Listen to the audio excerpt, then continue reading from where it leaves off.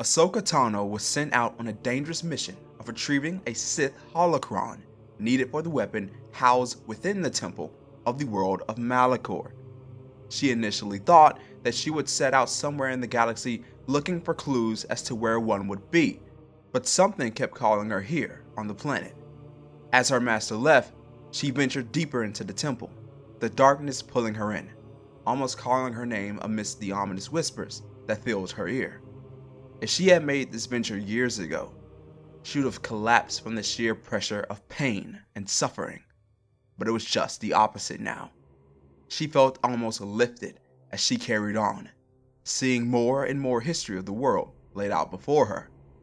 One thing she couldn't shake was the whispers. As she further delved, the louder they got. It froze her once she stood before a large door and realized the whispers were calling her name. They beckoned her to open the door, and with caution, the young apprentice did so. And before her was the holocron she so needed. As she reached out, her mind flashed as a voice called out to her. "You've been corrupted.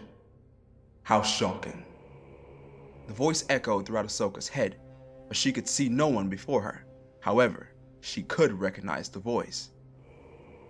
"I knew all those years ago you had potential. But he's going to waste it. He's going to betray you. It can't be. This isn't real. You're not real." Ahsoka realized that it was the voice of the son she heard as her vision blurred. "Maybe I'm real, or maybe I'm not. Your impending doom is real. Your master seeks to betray you. Do you not believe me?" Ahsoka protested, activating her lightsabers against an invisible enemy. "Show yourself if you're real. Otherwise, this carries no meaning to me." "I have another idea." A symphony of whispers erupted in Ahsoka's ear as she cradled her head in terror, but they were silenced by her master's voice. Yet, not the voice of Vader, but Anakin. She looked to him in shock as he walked towards her. "Ahsoka, I'm sorry." She deactivated her lightsabers as she reached out to her master, wishing that the vision she was being shown was true. "No, master. I'm sorry for leaving." "It's too late for that now." The terrifying voice of Vader came from behind, and the image of Anakin before her faded away. She turned back to see there stood her master of present. "The time has passed. You are nothing more than a weapon that's run out of use." Vader reached out his hand, and Ahsoka could feel the passages in her neck tightening. Her lightsabers fell to the ground and she was levitated by the might of Vader. Then, without warning, she was released, and all whispers silenced. The voice of the sun ceased to speak to her, and the holocron she sought for illuminated the area around it. She took the artifact and contacted Vader immediately. My master, I found the holocron. I'm still here on Malachor, awaiting my next orders. She opted against telling her master what she saw inside the old Sith temple. She saw no need to give in to the deceit that was attempted. Very good. But what will happen in Malachor will occur later. I've sent a transmission that will contain your next orders. Vader deactivated the transmission, and Ahsoka could all of a sudden feel a shift in emotions. She couldn't pinpoint where this came from, but could sense something had become different. She fought off the thought of it, thinking it had something to do with the vision she witnessed inside the temple. Upon the arrival of Vader's transmission, she realized that there were more coordinates, but she couldn't recognize them at all. She wondered where it was headed, her viewpoint filled with passing stars as she jumped to hyperspace. It wasn't until she saw the world that appeared that she realized where she was. It was the planet that she crash-landed on when the Republic fell so many years ago. She never knew the name, but she quite frankly didn't want to. She never expected to come back here, but she had to. She went exactly to where Vader requested, and was alerted by an Imperial presence.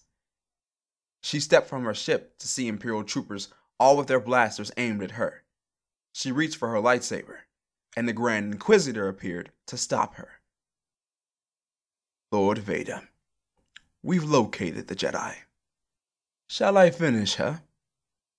The Grand Inquisitor smirked as he stared down Ahsoka, but his expression changed once he heard Vader's command. Very well, my lord. It seems you're lucky, Jedi. You're going to Coruscant. Ahsoka certainly didn't expect to go there, and she quite frankly didn't understand why this had to be done. She began to wonder if this was part of the plan to overthrow the Emperor, but this was happening all too soon. Regardless, she yielded to the Grand Inquisitor and his forces as she was escorted on board an Imperial shuttle. Once they arrived at Coruscant, she quickly saw it was nothing like how it was during the Republic. The bright and colorful lights had been suppressed. The Imperial flag reigned high, and a downpour of rain only added to the gloom. She figured that she was going to be brought to an Imperial holding facility, or even a prison. She was shocked to see that when she stepped from the ship, the Imperial and Senate building dwarfed her. What are we doing here? Ahsoka asked, but realized she probably wasn't getting an answer from anyone around her at the moment.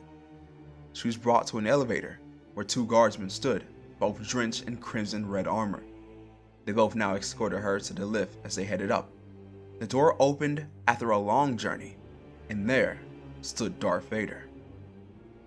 Master, what's happening? Ahsoka only watched as Vader took her lightsabers in his hand.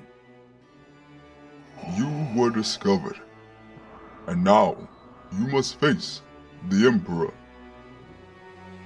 Ahsoka's face carried pure shock as the pair now entered the office of Emperor Palpatine. Chills electrified the spine of Ahsoka as she saw the man who turned the entire galaxy into his chessboard. Young Tano, it has been quite some time since we've shared the same space. Palpatine hadn't yet turned his chair, but upon the finish of his sentence, he turned to address his small audience more personally. For your sake, you should have remained hidden. We thought you were dead. Long dead. You'll find I'm much more resilient than you thought. Somehow she still found the strength to stand her ground before the Emperor, but what struck her most was the silence from her master. Indeed, I must admit, I have always wondered if there was more potential in you than in Skywalker. If you would prove to be more useful. Palpatine rose from his chair and took a small yet menacing step towards Vader and Ahsoka. I think now is the time to find out. Palpatine sent lightning towards the pair, but it only struck Vader as his laughter rang out. Now, strike him down. Take his place. Ahsoka realized that the words of Kenobi on Tatooine were true. The Sith only knew betrayal. This is what the vision of Malachor was warning her about too. She looked down at her weakened master and her lightsabers that now lied on the floor. She pulled them to her and activated them towards her master. His weakened breathing seemed to be a cry for mercy as she turned back to the Emperor. "I'm not leaving my master behind. Not this time." Vader attempted to stand, and Palpatine's expression of confidence didn't waver. "It seems I was right then. You will die." Ahsoka prepped for an assault from the Emperor, but was instead shocked when a red lightsaber from her side clashed with her blade. It was Vader that attacked her, almost at the subtle word of his Emperor. She couldn't feel a deeper betrayal. She thought that she finally had her master back, but it seems the dark side had him more. "Were you even planning to rule alongside me? Or was I just a piece of your puzzle?" Vader remained silent against Ahsoka's words as he continued the duel against his former apprentice. All the while, the Emperor watched in amusement. The city of Coruscant has now become the backdrop for Vader and Ahsoka's final encounter. The duel shattered the glass, and in one final moment, Vader realized he didn't have the strength to strike her down, so he instead sent her tumbling out of the window. His silence furthered as he watched his apprentice disappear into the city below. "Your betrayal will not go unforgotten, Lord Vader. Did she have the holocron?" "Yes, my master." "Very well. Some good came out of this then. Now leave."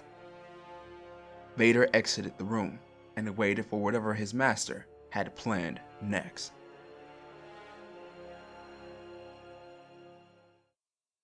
So that was the finale of this Altered History series of What If Vader Turned Ahsoka to the Dark Side. I want to say thank you to everyone who came and enjoyed this series. Let me know what you thought about it throughout it. It's been really fun to write it, and I want to send another big thank you to Samuel Ken. One of the things you'll notice is his music was throughout this series. He gave me the okay to use his music, and I'm pretty sure you guys might have heard it before. He creates great Star Wars music, so go check him out if you have never heard of him. He has great compositions, not just of Star Wars, but a lot of different fandoms music as well.